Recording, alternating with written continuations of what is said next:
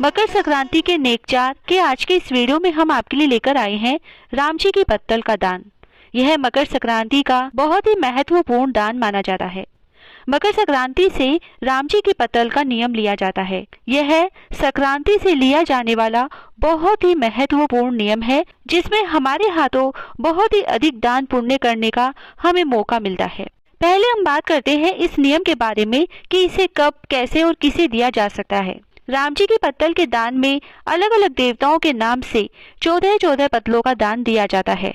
यानी हर देवता के नाम की 14 जगह पत्तल देनी है या 14 जगह भोजन देना होता है। हम आगे आपको इस वीडियो में कम से कम 25 देवता या जगह ऐसी बताएंगे जहां आपको यह पत्तल देनी होती है और उन पत्तलों में क्या क्या दिया जा सकता है। लेकिन उन सभी पत्तल में से आप जरूरी नहीं कि पूरी 25 पत्तलों का दान करें, लेकिन जितना संभव हो पाए उतना करें। उनमें से आप एक साथ कितनी भी पत्तलों का यानी कितने भी देवताओं की पत्तलों का दान दे सकते हैं। चाहे तो महीने के किसी भी बड़े दिन जैसे एकादशी, पूर्णिमा, शिवरात्रि, प्रदोष, अमावस्या आदि पर भी यह दान कर सकते हैं, या फिर आप कभी किसी भी तीर्थ या पवित्र स्थलों पर जाएं तो भी यह दान दे सकते हैं, या फिर जब भी आपके पास कोई व्यवस्था हो तब भी आप यह दान दे सकते हैं। जरूरी नहीं यह दान आप एक साल में पूरा करें, जब तक आप चाहें कर सकते हैं। जो भी दान आप करते जाएं उसे लिखते जाएं, जिससे कोई भी भूल चूक नहीं हो। जब भी दान दें उन सब पर सामर्थ्य अनुसार दक्षिणा जरूर रखें। यह दान आप मंदिरों में घर के बड़ों को, ब्राह्मणों को, गरीबों को आदि लोगों को दे सकते हैं। यह दान आपको 14 जगह देना होता है। इसके लिए आप चाहे 14 पत्तल ले लें या फिर कटोरी, दोने, थाली कुछ भी ले सकते हैं।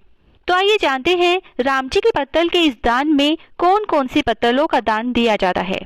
जैसा कि हम आपको पहले ही बता चुके हैं कि हर नाम की 14 पत्तल दी जाती है।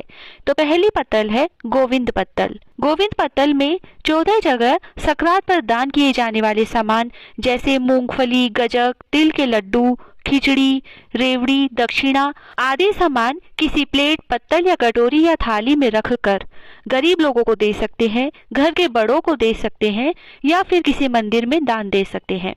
दूसरी पत्तल है नर के नाम की पत्तल। इस पत्तल में आप भोजन या मिठाई रखकर दे सकते हैं।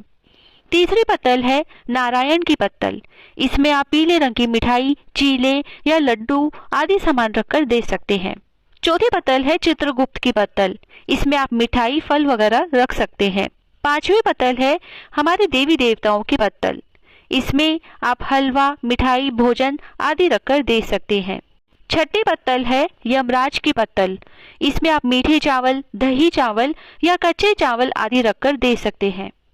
सातवीं पत्तल है धर्मराज की पत्तल। इसमें आप चावल या खिचड़ी आदि सामान बनाकर दे सकते हैं या फिर कच्चा भी दे सकते हैं। आठवीं पत्तल है पोपाबाई की पत्तल। पोपाबाई की इस पत्तल के साथ आप साड़ी यदि चाहे तो दे सकते हैं, नहीं तो सभी पत्तलों में आप एक एक ब्लाउज पीस रखें, मिठाई और फल रखें। नौवीं पत्तल है झाड़ झंकार की पत्तल। इसमें फल और मिठाई के साथ जूते, चप्पल, जुराब, खड़ाऊ आदि का दान दिया जाता है। 10वीं पत्तल है द्वारपाल जय विजय की पत्तल। इस पत्तल में भी आप फल, मिठाई, भोजन आदि दे सकते हैं।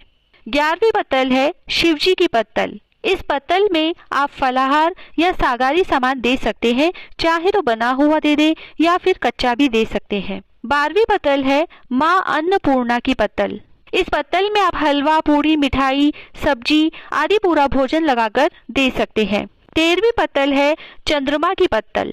इस पत्तल में आप खीर, चावल, सफेद मिठाई आदि सामान का दान करें। फिर है हमारे श्री राम की पत्तल। इसमें हलवा, मिठाई, भोजन आदि का दान करें। फिर आती है सूर्य भगवान की पत्तल। इसमें आप गुड़ से बनी वस्तु, मिठाई आदि का दान करें। इसमें नमक का दान नहीं करें। लड्डू गोपाल जी की इस पत्तल का दान आप छोटे छोटे बच्चों को कर सकते हैं। उसमें आप खिलौने, टॉफीज, बिस्किट आदि बच्चों को दिया जाने वाला सामान दान कर सकते हैं। फिर है तुलसी माता की पत्तल। इसमें आप सागारी सामान, फलाहार, फल आदि का दान दे सकते हैं। फिर है हमारी गौ माता की पत्तल।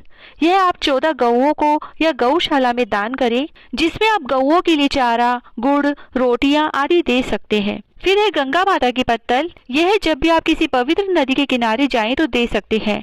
उसमें एक पत्तल तो आप नदी में बहा दें तथा बाकी की पत्तल वहां के आसपास गरीब लोगों को या मंदिर में दे सकते हैं। अगली पत्तल हम कुत्ते के लिए देंगे, जिसमें 14 जगह आप दूध, बिस्किट आदि कुत्तों को खिला सकते हैं। फिर है चील कौवे की पत्तल। इस पत्तल में आप मीठे पुए बनाकर दे सकते हैं।